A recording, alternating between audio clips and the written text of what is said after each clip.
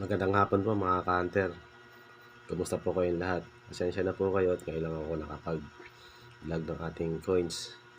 Po, busy po tayo sa work.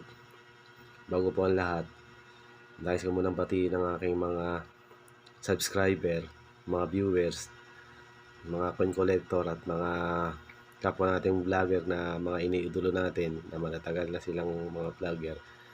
Ay maraming salamat po sa inyo sa patuloy na pagsubaybay sa aking video, lalo na po ang ating mga baguhang viewers at saka mga subscriber na nagsasubscribe sa ating video na patuloy na sumusubaybay po sa aking video.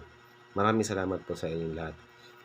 Ito nga po pala ang ating pag-uusapan na NGC 5 peso na 2020 na frosted dive. Reverse, ang reverse niya ay may frosted and ang reverse niya may frosted din, mga hunter. Ito ay mayroon ng percentage na 3% sa anumista, pero wala pa po siyang price sa ngayon.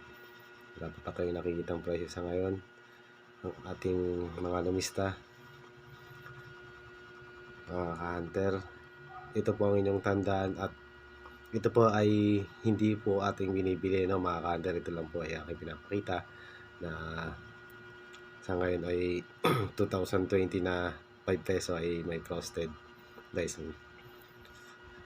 Sabalit dito sa numista ay walang nakalagay na frosted die ang ating 2020.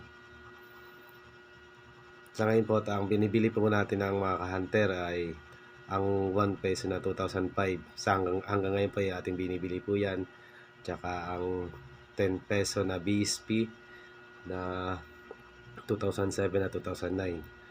At 5 peso na BSP na 2006. Ayan po, pakinggan yung maigi ang aking mga bibilin. Patuloy po aking binibili yan. 2005 na 1 peso BSP series. Ang 2007 na BSP 2007 tsaka 2009. At BSP na 2005 na at 2006, sorry, 2006 na 5 peso na BSP. Sa 10 peso naman po sa NGC ay 2017, binibili ko rin po yan.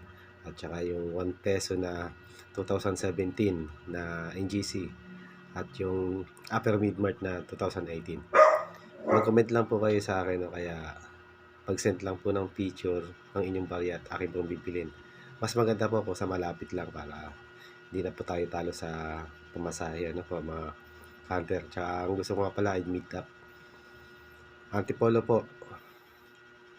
Look, Antipolo lang po tayo, mga taga Antipolo. Para mas malapit po ang ano. Pwede na rin po mga taga Marikina. Yan. At Quezon City po. Mga Cubao, ganyan po. Basta malapit lang po sa ating lugar para hindi pa tayo talo sa ating pamasahe. Yun lang po. Maraming salamat sa muli. God bless you po.